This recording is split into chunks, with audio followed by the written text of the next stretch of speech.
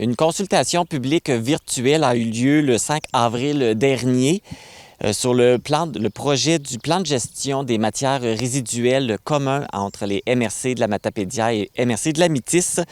Il est question du projet d'installation d'une multiplateforme de gestion des matières résiduelles à Saint-Moïse. Par rapport à ce sujet, il y a plusieurs citoyens qui s'opposent à ce projet. Et pour en parler, je suis avec deux citoyens de Saint-Moïse, François Tremblay et Suzanne Lavoie, qui sont avec moi. Bonjour à vous deux. Bonjour. Bonjour. Donc, juste pour mettre les gens dans le contexte, on fait l'entrevue ici parce que c'est ici qui serait le futur site pour la gestion des matières résiduelles. Oui, c'est ça. Dans le fond, c'est le site, c'est le lot que la Régie intermunicipale de traitement des matières résiduelles a acheté.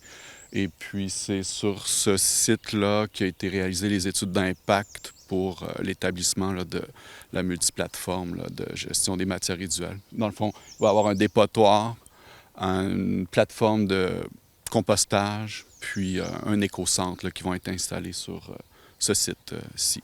C'est ces trois projets-là qui prévoient instaurer ici, ce qui crée un petit peu la grogne ici à Saint-Moïse. Mais avant d'aller plus loin, je veux juste... Est-ce que vous avez assisté, vous, à la séance virtuelle? Oui. Et comment ça s'est passé? Qu'est-ce qu'ils ont expliqué? Ils ont expliqué que, au début, ils ne voulaient pas parler de Saint-Moïse, mais la plupart des gens qui étaient à la réunion voulaient parler du projet de Saint-Moïse, donc ils ont été forcés d'entendre les questions des résidents. Et puis ensuite, ils ont prévu une séance la semaine prochaine, le 31 mai, pour effectivement parler, parler de l'étude d'impact qui a été présentée au ministère de l'Environnement. Donc, ils sont rendus là, ils vont faire un petit exposé là-dessus. Et on a invité davantage de gens de Saint-Moïse à se présenter à cette réunion-là. Qui va avoir lieu, c'est ça, le 31, le mardi prochain. Ça va pour permettre de mieux informer les gens sur la situation et le projet? Oui, en fait, peut-être même pour les informer pour la première fois, parce que plusieurs personnes ne semblent pas avoir été... mises au courant ou sinon n'ont pas compris l'information qui a été transmise par les médias. Et puis, c'est ça. Là, ils commencent à comprendre ce qui se passe. Là. Okay. Et puis, c'est ça que, comme je mentionnais, vous faites partie des citoyens qui ne sont pas vraiment d'accord avec ce projet-là parce que... Pour quelle raison? Parce que c'est pas vraiment un site qui est approprié pour ça? En partie. Premièrement, demander ou vouloir faire ça à Saint-Moïse systématiquement, ça demeure un projet qui est injuste, inéquitable. Toutes les matières résiduelles de toutes les MRC, avec les plus gros pollueurs qui sont finalement les villes Amkoui-Montjoli, puis on choisit de venir mettre ça dans une petite municipalité. On impose, on détruit un site qui est naturel, qui est important, pas juste pour les citoyens de la place, mais aussi, ça finit que c'est les citoyens à proximité qui vont subir les conséquences à long terme, moyen long terme de ce site-là. C'est ça, puis il va toujours avoir des inconvénients avec l'exploitation de ce site-là, que ce soit le trafic lourd, les odeurs, les risques de contamination autour. Nous, à Saint-Moïse, on est une petite municipalité. On n'a pas nécessairement les ressources non plus humaines, techniques, etc. pour rendre ce genre d'exploitation-là sécuritaire, je pense. Puis c'est aussi, on dit qu'on veut gérer localement les déchets des deux MRC, mais dans le fond, c'est surtout dans le but d'économiser sur la gestion des déchets pour toutes les municipalités des deux régions. Donc, c'est un peu inéquitable qu'un des plus petits producteurs de déchets dans la région soit finalement celui qui va avoir à accueillir l'ensemble de tout ce qui est produit en termes de matières résiduelles. Ce que j'ai pu comprendre aussi dans la lecture du dossier, c'est que les gens n'ont pas vraiment été consultés quand ils ont fait le choix. En fait, ils ont fait 2 consultations publiques. Et lors de ces consultations publiques qui ont été faites pendant la COVID, donc on recommandait, même s'il y avait la permission d'avoir des regroupements de gens, les gens étaient quand même réticents à aller dans des réunions de groupe à l'intérieur, évidemment. Ça n'a pas aidé. Aussi, l'information, parfois, je ne sais pas où est-ce qu'ils l'ont mis, mais il y a beaucoup de gens qui soit se sont pas sentis interpellés, là. C'est sûr que utiliser une multiplateforme de gestion de la matière résiduelle, ça n'est pas la même chose que de dire on va mettre un dépotoir à Saint-Moïse. Les gens ne comprennent pas nécessairement les mots, les expressions qui sont utilisées, puis je crois que c'est fait sciemment, là, je veux dire, on parle de matière résiduelle, tu sais, qu'est-ce que c'est vraiment les matières résiduelles? C'est des poubelles, un LET, un lieu d'enfouissement technique, qu'est-ce que c'est? Bien, c'est un dépotoir, un écocentre, on dit éco, on dit, ah, ça doit être écologique avoir un écocentre, mais en fait, c'est un centre de gestion des matières dangereuses, ni plus ni moins, tu sais, fait qu'il y a toujours beaucoup d'ambiguïté. Les gens connaissent pas ça. Je veux dire, il y a des spécialistes pour ça. Nous-mêmes, quand on a commencé à s'intéresser à ça, mais il y a eu des heures de recherche. C'est quoi qu'ils veulent dire par là? Qu'est-ce qu'ils ont fait exactement? Puis, fait que ça, déjà ça, c'est dur à comprendre pour la plupart des gens. Puis toutes les premières étapes aussi ont été faites par les élus, hein, c'est-à-dire le conseil municipal, je sais pas, le conseil des deux MRC, les conseils des deux MRC. Puis toutes ces séances-là, ben, quand elles ne sont pas tenues à huis clos, bien, il y a très peu de citoyens qui assistent à ça, qui vont lire les procès-verbaux ou les ordres du jour. Donc, c'est sûr que tout ça reste quand même assez... Ça, c'était pas publié clairement non plus de la part de la municipalité. Ouais. Ça a été fait... Ça, on l'a pas vu passer, là. Même pour ceux qui étaient au courant, là.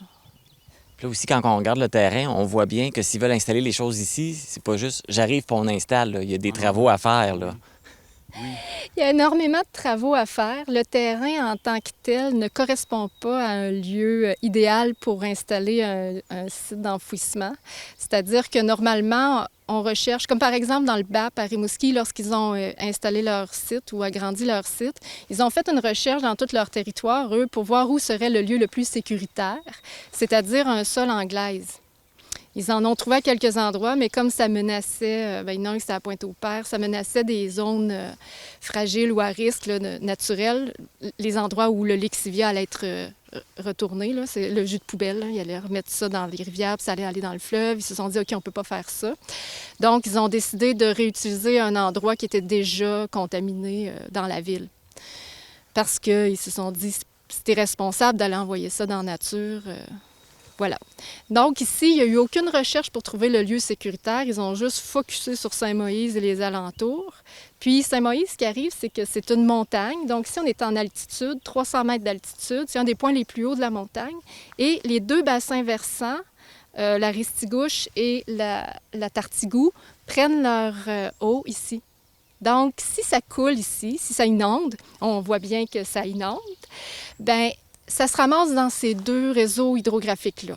Donc, éventuellement, dans l'eau de la vallée. Le lac Matapédia, puis tout jusqu'à Matane, finalement, la Tartigou. Mm-hmm. Donc, ça, ces deux bassins-là sont touchés. Ensuite, bien, à l'intérieur, on a la nappe phréatique. Dans l'étude d'impact, la nappe phréatique arrive à hauteur du sol. Donc, il faut s'attendre ici qu'il y a beaucoup d'eau partout. On est sur le chemin au central, c'est du roc en dessous. Donc, pour pouvoir creuser les cellules, ils vont devoir exploser le roc. Ils parlent de 10 000 mètres cubes de roc, l'équivalent de 4 piscines olympiques, qui vont devoir être éclatées. Et tout le pourtour de ça, où c'est pas du roc, c'est de la matière organique. Donc, ça n'a pas de bonne portance. Donc là, ça veut dire qu'ils vont faire une grosse construction de 20 hectares sur un lieu qui n'a pas de portance, dans du roc éclaté. Et qui jute dans l'eau. Donc, on va avoir des cellules, membrane, pas membrane, qui vont avoir le fond dans l'eau en permanence. Ils vont devoir drainer en permanence. Donc, tout ça fait que c'est un beau plan d'ingénierie, assez complexe. Puis,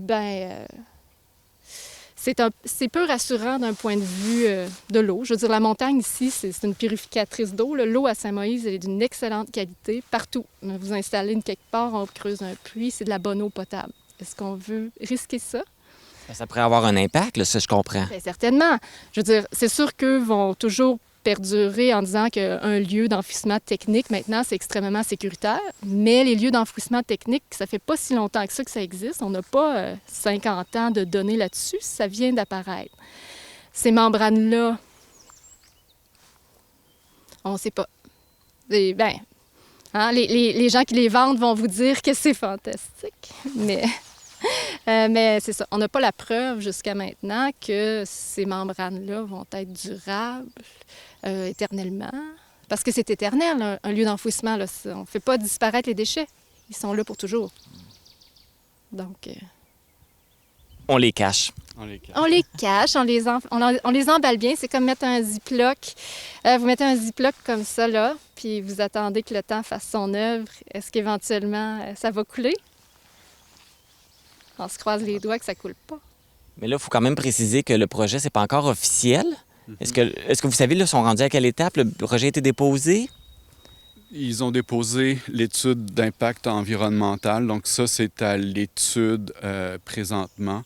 Le ministère, les ministères impliqués, là, que ce soit la santé publique, l'environnement, etc., vont regarder ça. Puis s'ils ont des questions, ils vont retourner des questions aux promoteurs pour avoir des clarifications sur certains éléments là, de l'étude d'impact. Ensuite de ça, si c'est approuvé, dépendamment de certains facteurs que c'est difficile à expliquer, que je ne comprends pas tout à fait, mais il va peut-être, ou en tout cas si c'est demandé, soit par la population ou par les organismes, une audience du Bureau d'audience publique en environnement, un BAP. Puis suite à ça, il va y avoir la recommandation du BAP qui va être faite au ministre responsable, qui est le ministre de l'Environnement et de la lutte au changement climatique, qui, lui, va donner les décrets pour aller de l'avant ou pas. Ils sont aussi, en même temps, le promoteur est aussi en train de préparer ce qu'il appelle les plans et devis pour connaître les coûts exacts là, de ce projet-là, parce qu'il y a eu des évaluations financières de fait aux premières étapes, mais là, ils vont aller vraiment voir avec les soumissions, puis ces choses-là. Et puis, dans le but de bien informer les gens de ce qui se passe du projet, vous avez lancé un petit, on peut appeler ça un petit journal, oui, qui s'appelle Le POG en colère. Donc, vous avez lancé le premier numéro, puis à l'intérieur, on voit bien, là, vous parlez de ce projet-là, qu'est-ce qui en découle. Pourquoi avoir eu l'idée de le faire sous forme de petit journal comme ça? Bien, c'est un peu c'est mon idée. En fait, Suzanne, elle travaille sur cette cause-là, si on peut dire, là, depuis quelques mois maintenant. Puis, bon, à un moment donné, j'ai eu cette idée-là un peu pour l'aider. Je me disais que c'était important d'informer à la fois la population, les conscientiser aussi, les mobiliser aussi, parce que les gens vivent, que je pourrais dire, du découragement, parce qu'ils ont l'impression de ne pas être entendus, de ne pas avoir de pouvoir aussi, de changer les choses. Fait que c'était un peu dans le but d'informer les gens puis de motiver la participation citoyenne, mais aussi de créer, d'essayer d'avoir aussi l'attention des médias autour, parce qu'il n'y a pas beaucoup d'attention. On parle d'un projet de 40 millions. Je veux dire, si on faisait une usine de 40 millions dans le coin, là, on en parlerait là, toutes les semaines dans les journaux. Depuis 2 ans, là, il y a à peu près, j'ai compté là, sur Internet, TVA, Radio-Canada, qui sont les plus importants, là, 6 articles en 2 ans. Oui, puis c'est toujours des articles du promoteur avec ce qu'il a envie de dire dedans. Il y a juste un côté de la médaille. Il n'y a jamais l'opinion des citoyens. Puis, je veux dire... Jamais personne, je veux dire, les voisins, il y a des voisins qui... Les gens de la route Meluc, là-bas, l'eau, dans l'étude, ils parlent que l'eau, c'est à 1,6 km de leur puits. C'était pas au courant jusqu'à ce qu'on les appelle. Est-ce que c'est pas important de contacter directement ces gens-là? Est-ce qu'ils doivent se sentir concernés? C'est à côté de chez eux. Ils vont subir directement les impacts. Selon vous, pourquoi qu'ils ne donnent pas plus d'informations? Ou... Bien, je pense qu'ils sentent que l'information est suffisante. On a vu, il y a des articles dans Le Mouton Noir, L'Avantage. sûrement dans l'information, je ne sais pas. C'est des journaux qui ne viennent même pas ici. Je veux dire, vous pouvez aller chercher activement dans ces journaux-là, c'est correct, l'information, elle est là. Oui, elle a été publiée. Est-ce qu'elle a été publiée aux gens de Saint-Moïse? Non. Est-ce que les gens de Saint-Moïse ont été contactés? Non. Est-ce que les élus ont fait un effort pour informer leurs citoyens? Non. Même pas de bouche à oreille, là. Rien. Tout est disponible sur le site de la RITMR, excusez. Je suis rendue avec les expressions comme ça. La régie. Mais trouvez le lien pour aller sur la plateforme de Saint-Moïse. L'avez-vous cherché? Non, moi, j'ai trouvé ça. On le trouve l'information par vous, l'information que vous transmettez. Ça. Nous, on la met, on la rend disponible puis accessible. Je veux dire, l'étude d'impact, elle est disponible. Est-ce que les gens savent où la trouver? Non. Moi, avant d'être dans le comité de suivi, j'avais aucune idée où la documentation se trouvait. J'avais beau fouiller, je ne trouvais rien. Vous voulez que les gens s'informent?